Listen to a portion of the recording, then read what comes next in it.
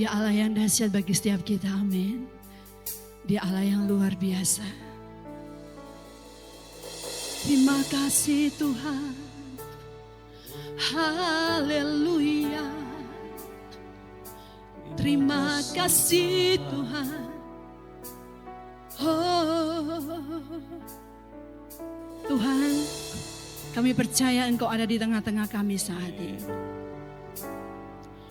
Engkau Allah yang selalu ada di setiap musim hidup kami. Karena Engkau Allah yang setia bagi kami. Terima kasih Tuhan. Engkau Allah yang setia. Engkau Allah yang ada bagi setiap kami. Haleluya.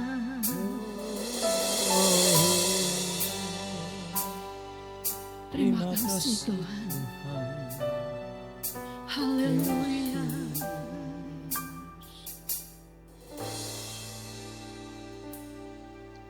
Kau Allah yang setia, Bapa yang mulia, kasih-Mu besar Tuhan. Kau pulihkan hidupku, Kaulah harapanku, hidupku dalam-Mu. Terima kasih Tuhan, Kau selamatkan hidupku.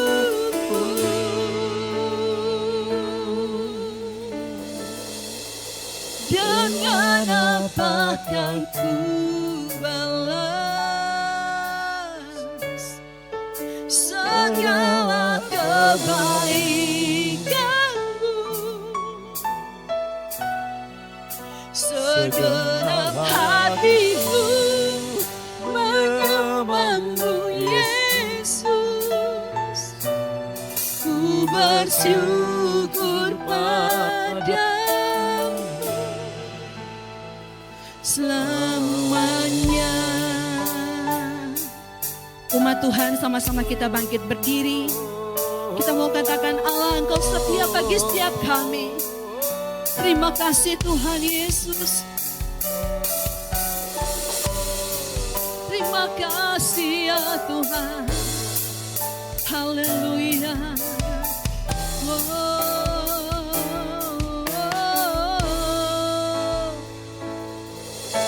Kau Allah yang setia,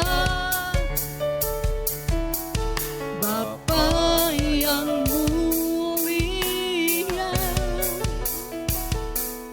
kasih-Mu besar Tuhan. Kau pulihkan hidupku, Kaulah harapanku, hidupku dalam-Mu. Terima kasih Tuhan, Kau selamatkan hidupku. Dengan apakah ku balas segala kebaikan-Mu? Segenap hatiku menyembah-Mu, Yesus. Ku bersyukur padamu. Dengan apakah ku balas segala kebaikan-Mu? Segenap hatiku menyembah-Mu, Yesus. Ku bersyukur kepadamu, dengan apakah ku balas segala kebaikanmu? Segenap hatiku menyembahmu Yesus, ku bersyukur padamu selamanya. Oh, selamanya Engkau Tuhan kami, Engkau Allah yang ajaib.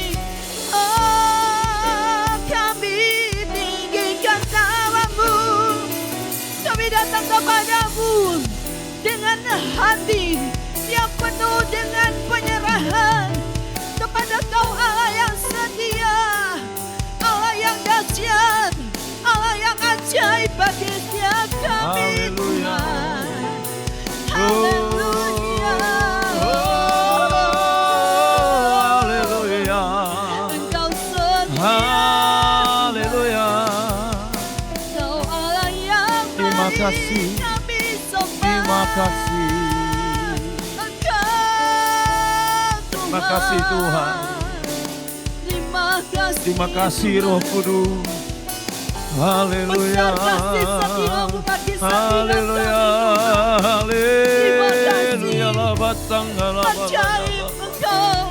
haleluya, haleluya, haleluya, haleluya. Dengan apa yang ku balas, iya Tuhan, segala kebaikanmu. Amin. Segenap hatiku menyembahmu Yesus, ku bersyukur padamu, dengan apakah ku balas segala kebaikanmu. Oh, segenap hatiku menyembahmu Yesus, ku bersyukur padamu. Oh, dengan apakah ku balas segala kebaikanmu. Oh, segenap hatiku menyembahmu Yesus, ku bersyukur padamu. Dengan apakah ku balas, oh,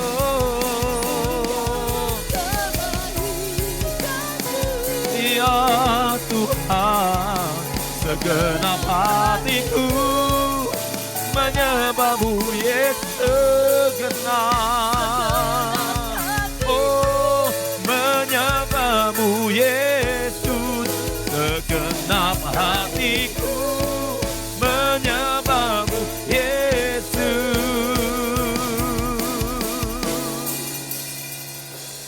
ku bersyukur padamu selamanya. Oh, selamanya. Oh, selama-lamanya. Kau selama-lamanya.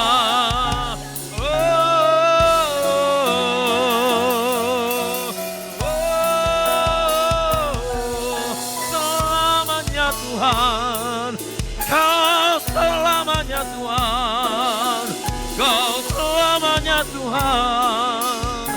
Oh, kiralabatangalabaraya, labasangalabaraya, kiralabalabalabalabalabalabala, Terima kasih Tuhan. Tuhan, Engkau Allah yang setia. Engkau Allah yang selalu ada ya Tuhan. Terima kasih. Biarlah Engkau menerima setiap pujian penyembahan kami di hadapan-Mu. Saat ini hamba akan menyampaikan kebenaran firman-Mu. Engkau mengurapi hamba dan kami semua yang mendengarkannya. Berbicara lewat hamba-Mu di dalam nama Tuhan Yesus. Haleluya. Amin. Kita membaca firman Tuhan ini bersama-sama. Kejadian pasal 5 ayat 24. Dan Henok hidup bergaul dengan Allah, lalu ia tidak ada lagi sebab ia telah diangkat oleh Allah. Sekali lagi sama-sama.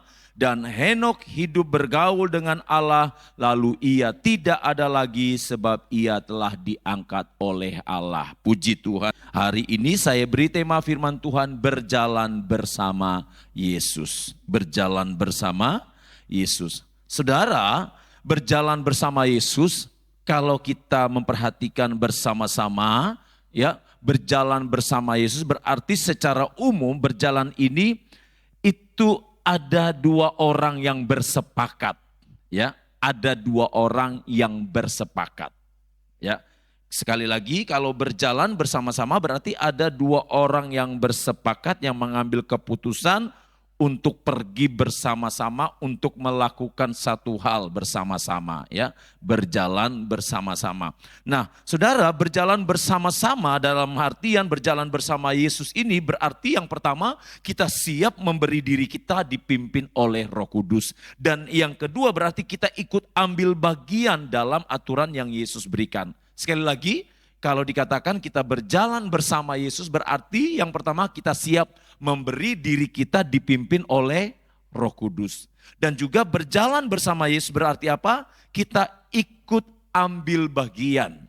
Ikut ambil bagian dalam aturan yang Yesus berikan. Pasti ada kesepakatan. Kalau dua orang itu firman Tuhan katakan tidak mungkin dua orang dapat berjalan bersama-sama kalau tidak bersepakat. Ya, kalau tidak sama-sama bersepakat. Dan saya percaya ketika kita mengatakan diri sebagai pengikut Yesus, saya percaya kita juga harus mengikuti aturan-aturan, kesepakatan bersama. Dan apa yang Yesus mau di dalam hidup saya dan saudara untuk disepakati, semua tertuang di dalam firman Tuhan, di dalam Alkitab. Saudara tidak perlu cari dari sumber yang lain, semua ada di sini. Amin saudara? Di sini sudah sangat-sangat jelas. Itu kalau kita mau mengikuti aturan. Nah, Bapak Ibu Saudara, berjalan bersama Yesus. Yang pertama kita siap memberi diri dipimpin oleh Roh Kudus. Kita perhatikan dalam Galatia 5 ayat 25. Ya, jikalau kita hidup oleh Roh, baiklah hidup kita juga dipimpin oleh Roh. Sekali lagi, jikalau kita hidup oleh Roh, baiklah hidup kita juga dipimpin oleh Roh. Firman Tuhan ini, ayat ini memberitahukan kepada saya dan saudara kalau kita mengatakan diri kita anak-anak Tuhan yang hidupnya dipimpin oleh Roh, seharusnya hidup yang dipimpin oleh Roh itu dipraktekkan di dalam kehidupan sehari-hari.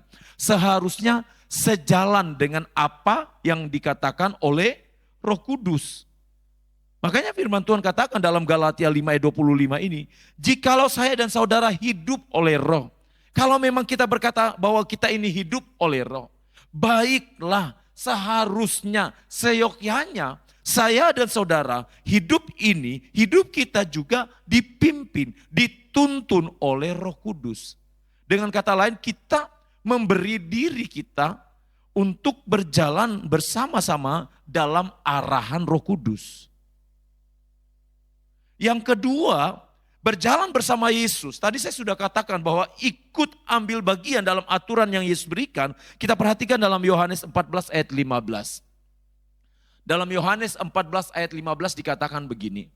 Jikalau kamu mengasihi aku, kamu akan menuruti segala perintahku.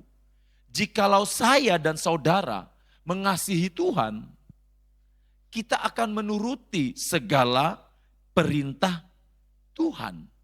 Ini yang firman Tuhan katakan.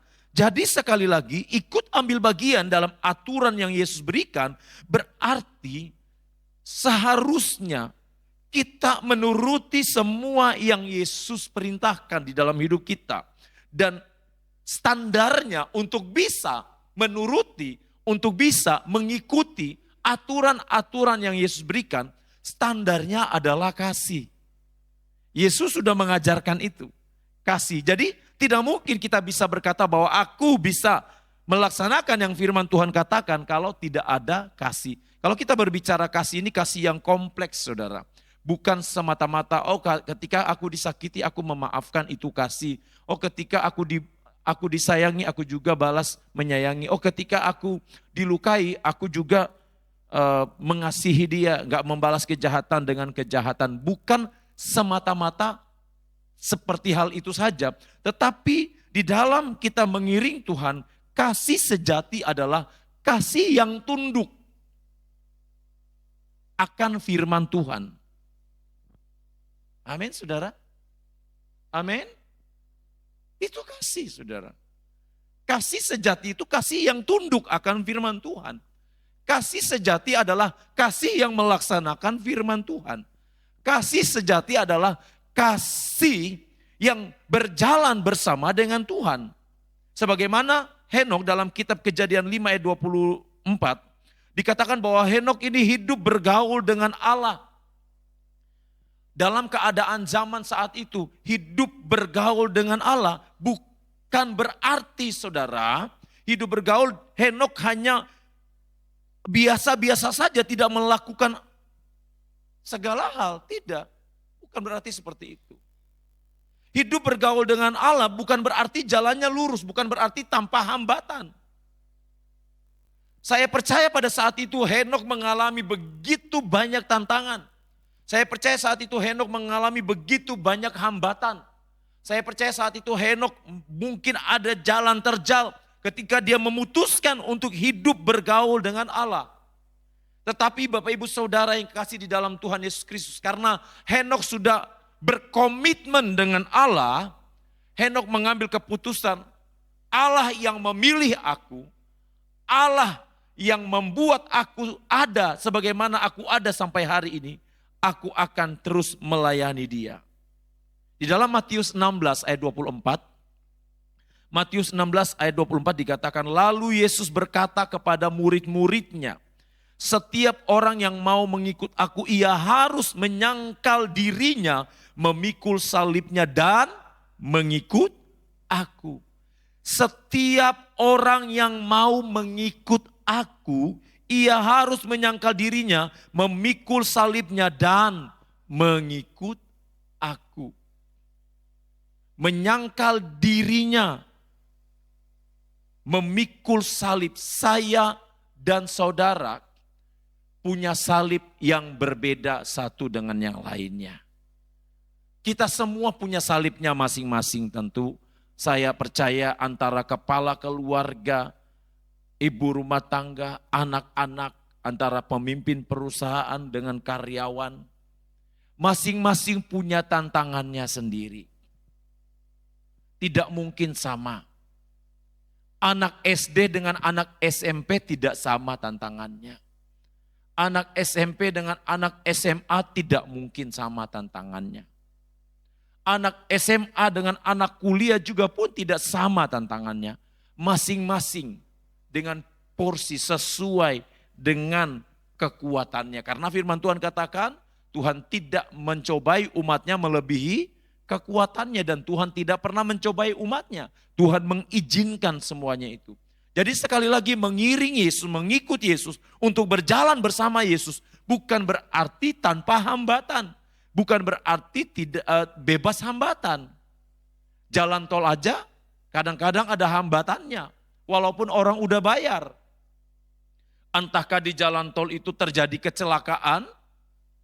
Entahkah di jalan tol itu ada perbaikan jalan? Entahkah mungkin ada di jalan tol itu ada mobil seseorang yang mogok? Yang pasti bisa ada hambatan yang membuat laju atau kecepatan mobil itu harus dikurangi. Terlebih lagi di dalam kehidupan kita yang mengatakan diri kita sebagai pengikut Yesus.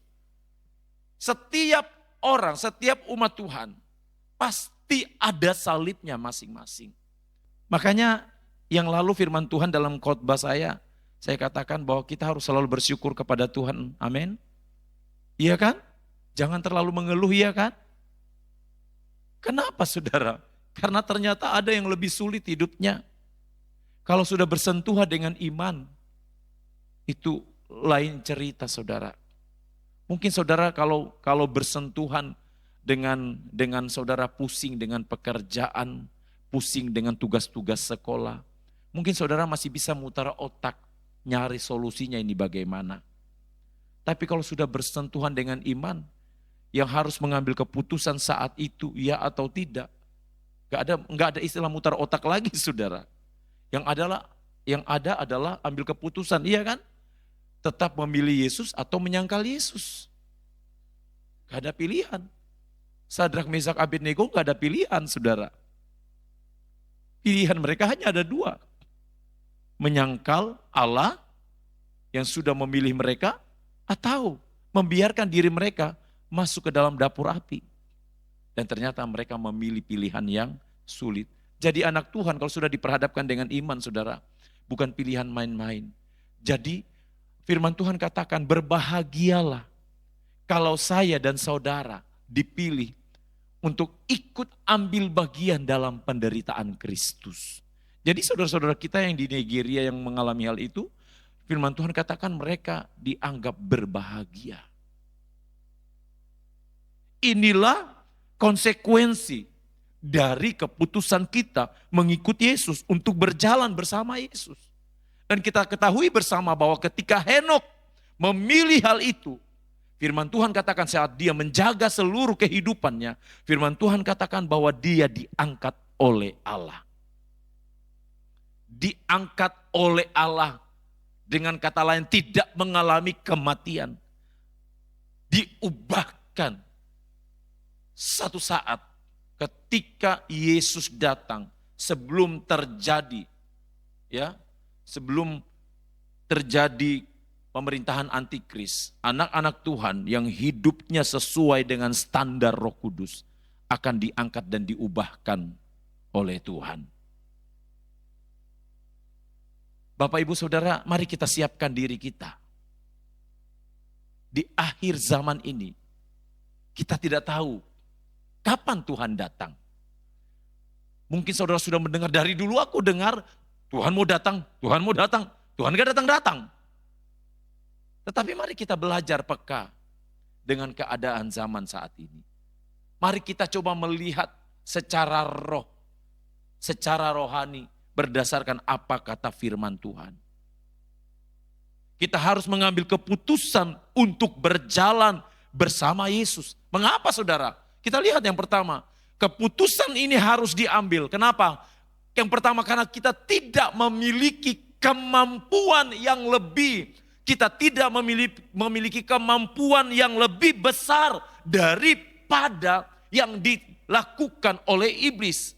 Untuk itulah kita membutuhkan Kristus, kita membutuhkan Yesus. Karena hanya Yesus, hanya Roh Kudus yang memiliki kemampuan yang jauh lebih besar dari apa yang ada di dunia ini. Secara daging, kita tidak memiliki kemampuan yang lebih. Tetapi ketika roh itu ada di dalam diri kita, firman Tuhan katakan, iblis pun takluk. Amin, saudara. Saudara, mungkin saudara berkata, oh gampang, tenang. Oh hadapi iblis gampang, aku kuat kok, aku mampu. Saudara, lawan kita itu bukan lawan anak kemarin sore. Bukan bayi yang baru bertumbuh. Itu malaikat puji-pujian yang dilempar, yang dibuang, yang disingkirkan dari surga karena kesombongan, karena keangkuhan, dengan berbagai macam tipu dayanya. Bapak kita saja, maksudnya ini bukan Bapak di sorga ya saudara ya. Maksudnya susunan manusia ya, yaitu Adam dan Hawa, tertipu, iya kan saudara? Bayangkan, ketika Allah melihat manusia jatuh di dalam dosa, apakah Allah tidak sedih? Apakah Allah tidak menangis? Allah mencari Adam, hai Adam, di manakah engkau?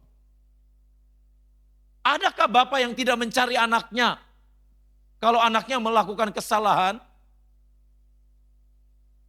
pasti orang tua itu akan mencari anaknya. Di mana engkau, hai anakku? Allah sudah memberikan aturan, ternyata Adam melanggar. Dan setelah itu apakah Allah tidak mencari? Allah mencari. Bapak ibu saudara yang kasih di dalam Tuhan Yesus Kristus, kita tidak punya kemampuan yang lebih untuk mengalahkan dunia ini. Kita butuh Tuhan, kita perlu Roh Kudus. Jangan andalkan kekuatan sendiri. Firman Tuhan katakan, di dalam Yohanes 15 ayat yang kelima, kita baca firman Tuhan ini, Yohanes 15 ayat yang kelima. Akulah pokok anggur dan kamulah ranting-rantingnya. Barang siapa tinggal di dalam aku dan aku di dalam dia, ia berbuah banyak, sebab di luar aku kamu tidak dapat berbuat apa-apa. Jelas kan saudara? Di luar Yesus saya dan saudara tidak dapat berbuat apa-apa. Artinya apa saudara? Artinya kemampuan kita terbatas. Artinya kita punya batas kemampuan yang tidak bisa membuat kita jauh lebih besar, jauh lebih berkuasa, jauh lebih berpower daripada saat kita memiliki kuasa Roh Kudus. Ingatlah bahwa hanya kuasa Roh Kudus yang akan mampu membawa saya dan juga saudara untuk bertahan menghadapi tantangan di dalam kehidupan ini. Tanpa kuasa Roh Kudus, hidup di luar Kristus, kita akan susah saudara. Ya, pasti susah. Hidup di luar Yesus pasti susah. Saudara jangan bilang, tapi orang di sana aman-aman saja. Orang di luar sana kok enak-enak aja. Justru aku mengalami kesusahan. Tunggu dulu Bapak Ibu Saudara. Proteksi di dalam Kristus adalah proteksi yang sempurna. Amin. Secara manusia engkau boleh kelihatan sulit. Secara manusia mungkin engkau kelihatan susah. Tetapi kesusahan saudara, kesusahan kita itu ada di dalam proteksi Tuhan. Ada di dalam jaminan Tuhan. Itulah yang membedakan. Itu yang membedakan anak-anak Tuhan dengan orang-orang yang tidak percaya kepada Yesus. Yang kedua, berjalan bersama Yesus berarti apa? Kita butuh power yang lebih. Kita butuh kuasa yang lebih. Kenapa? Karena ketika kita berjalan di dalam dunia ini, kita membutuhkan kekuatan yang jauh lebih besar, bukan sekedar kekuatan biasa.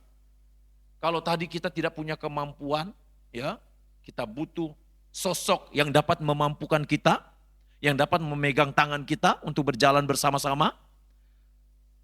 Lebih daripada itu lagi, kita tidak hanya butuh sosok yang dapat berjalan bersama-sama dengan kita, yang memegang tangan kita, tetapi kita butuh power, kita butuh kuasa. Kuasa yang lebih. Dalam Zakaria 4 ayat 6 dikatakan, bukan dengan keperkasaan dan bukan dengan kekuatan, melainkan dengan Rohku, firman Tuhan semesta alam. Bukan dengan keperkasaan, bukan dengan kekuatan, melainkan dengan apa? Dengan Roh. Kuasa yang tidak dapat diberikan oleh dunia ini, yang hanya diberikan oleh Roh Kudus. Kita butuh power itu, saudara. Orang yang tidak berdoa, orang yang tidak suka ada di dalam hadirat Tuhan, orang yang tidak suka menyembah Tuhan, powernya kecil. Ya, saya tegas katakan ini. Saudara bisa bandingkan orang yang suka ada di dalam hadirat Tuhan dengan yang tidak. Yang suka ada di dalam hadirat Tuhan. Tantangan boleh datang, tapi dia tetap berdiri tegak. Dia mampu melewati semuanya. Ya, Yesaya 41 ayat yang ke-10. Yesaya 41 ayat yang ke-10 dikatakan begini. Janganlah takut sebab aku menyertai engkau. Janganlah tawar hati sebab aku ini Allahmu. Aku akan meneguhkan bahkan akan menolong engkau. Aku akan memegang engkau dengan tangan kananku yang membawa kemenangan. Janganlah takut, aku memberikan engkau kuasa. Janganlah takut, aku memberikan engkau power. Janganlah takut, aku memberikan kepadamu kekuatan yang tidak dapat diberikan oleh dunia ini. Agar engkau mampu menjalani kehidupanmu setiap hari. Apapun masalahmu, apapun tantangan yang engkau hadapi, apapun juga yang membuat engkau tertekan. Janganlah takut, aku mampu melakukannya. Aku memberikan kuasa itu. Itu kata firman Tuhan. Jadi mari Bapak Ibu Saudara, jaga roh kita di hadapan Tuhan. Pelihara hati kita, rawat hati kita di hadapan Tuhan. Yang ketiga, kita harus berjalan bersama Yesus. Kenapa?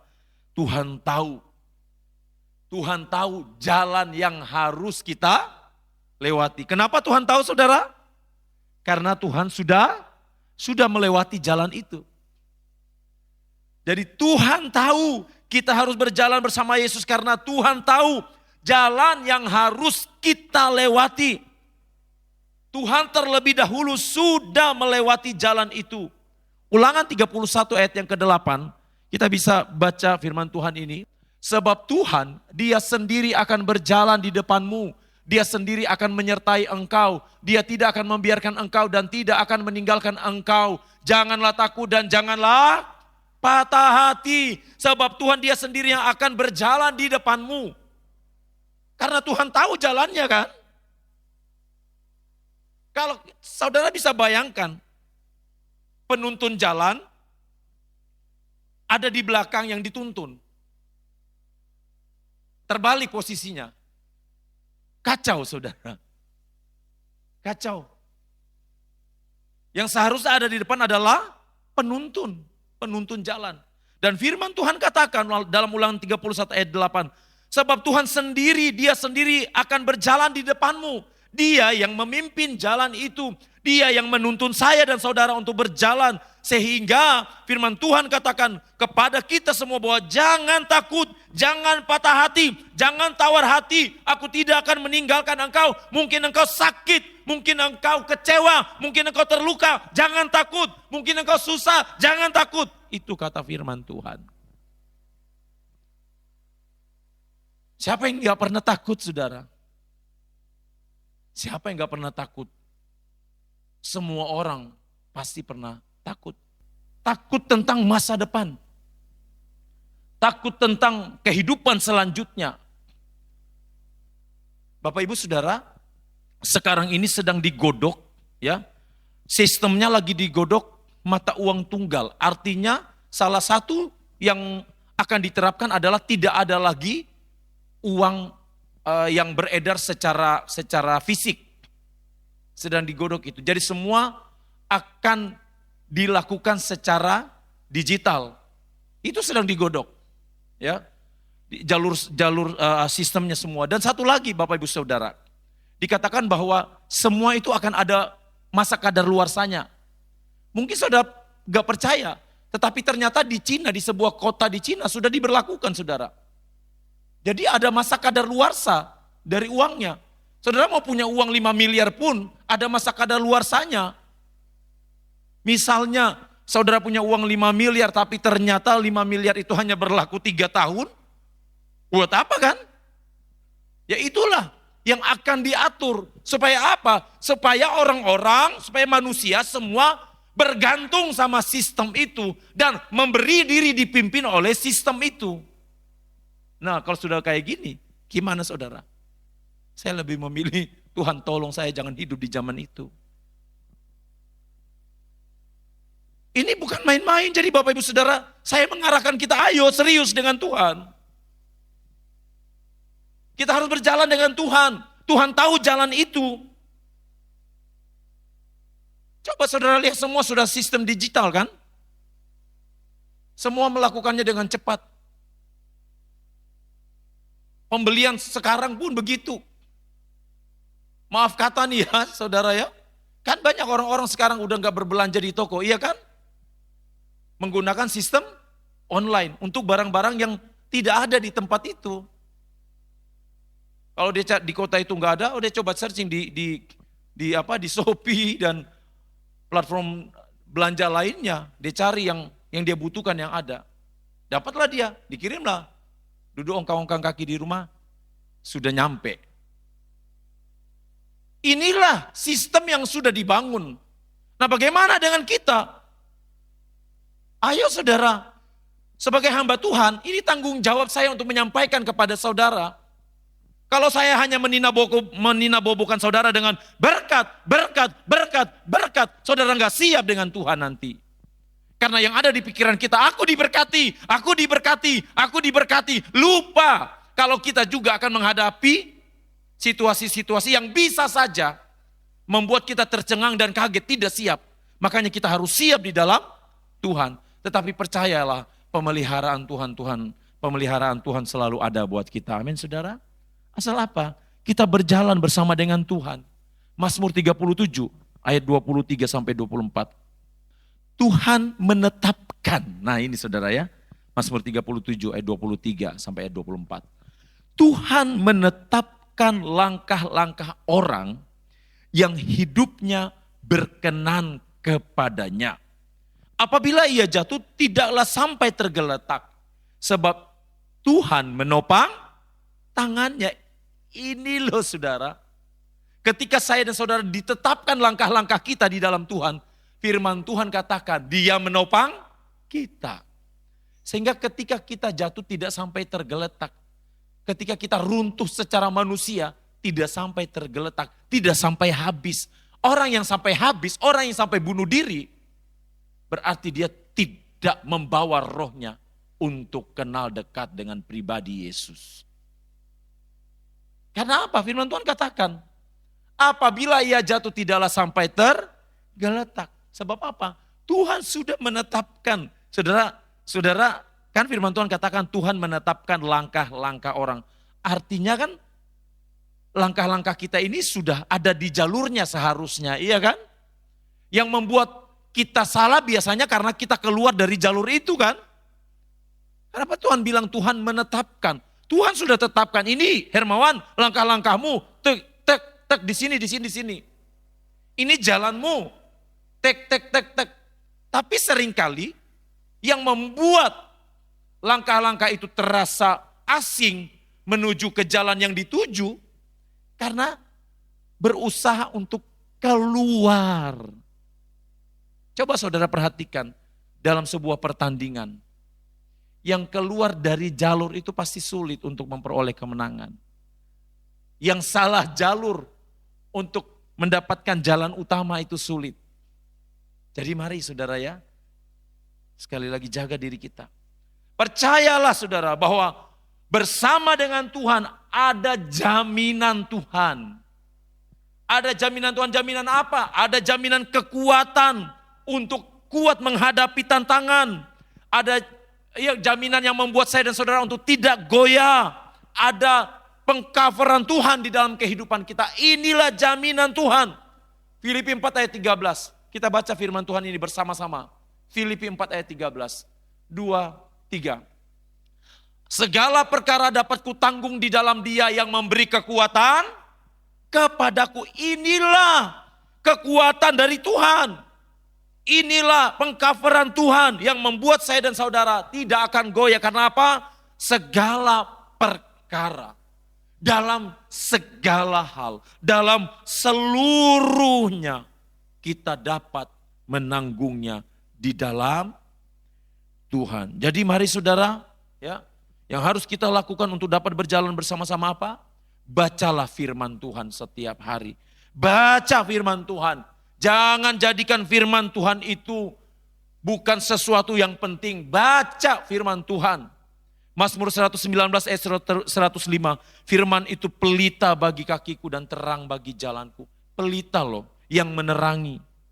Jangan remehkan.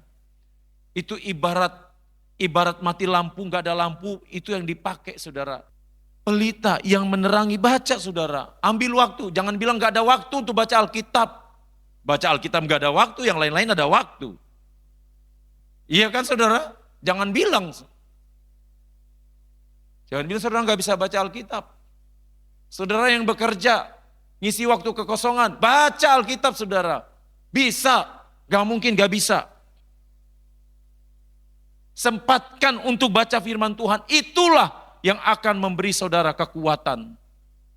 Itulah yang akan memampukan saudara. Dan yang terakhir, yang harus kita lakukan, harus merendahkan diri dan tunduk pada otoritas Roh Kudus.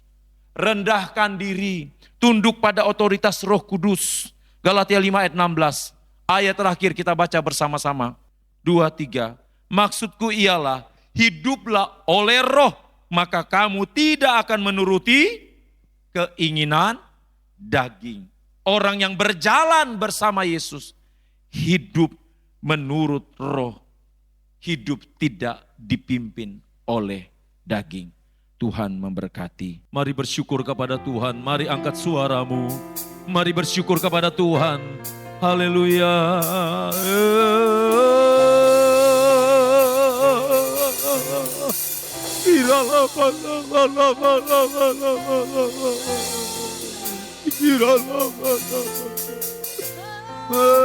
Haleluya.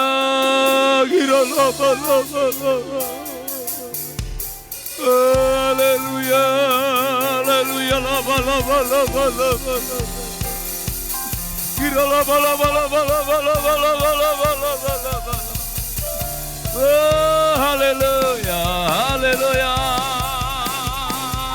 Haleluya. Haleluya,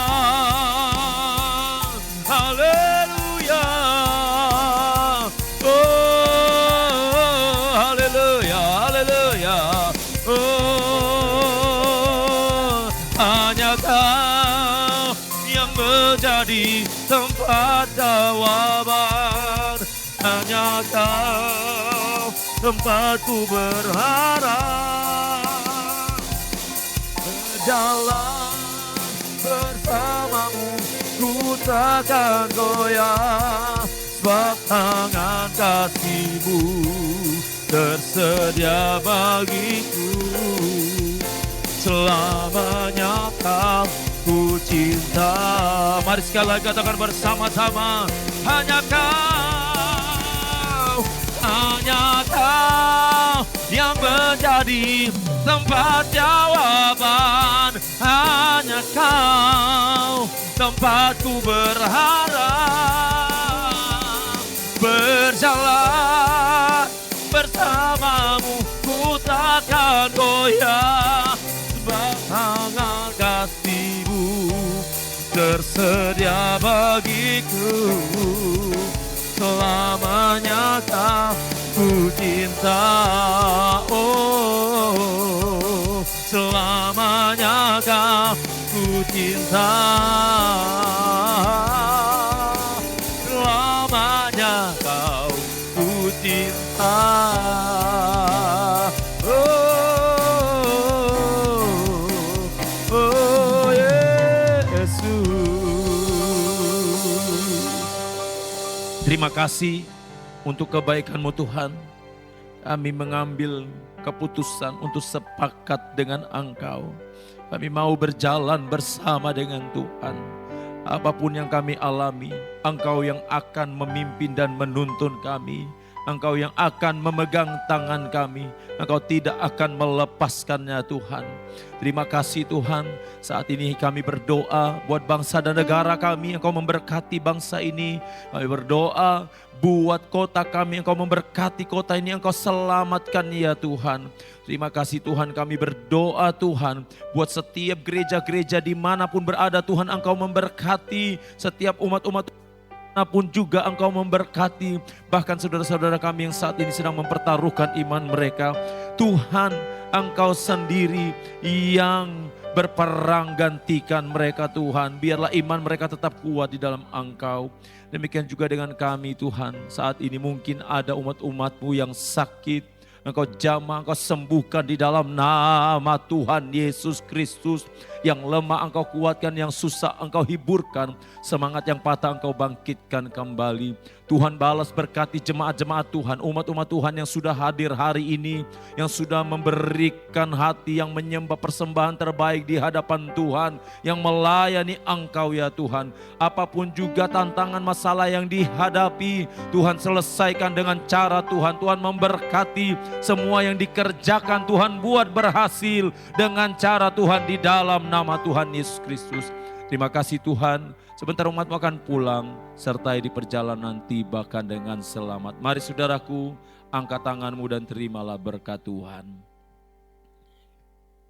Kekuatan, kuat kuasa Allah, berjalan bersama dengan Roh Kudus, memampukan kita. Tuhan melindungi engkau, Tuhan menghadapkan wajahnya kepada engkau dan memberi engkau damai sejahtera. Pulang dengan membawa sukacita Allah.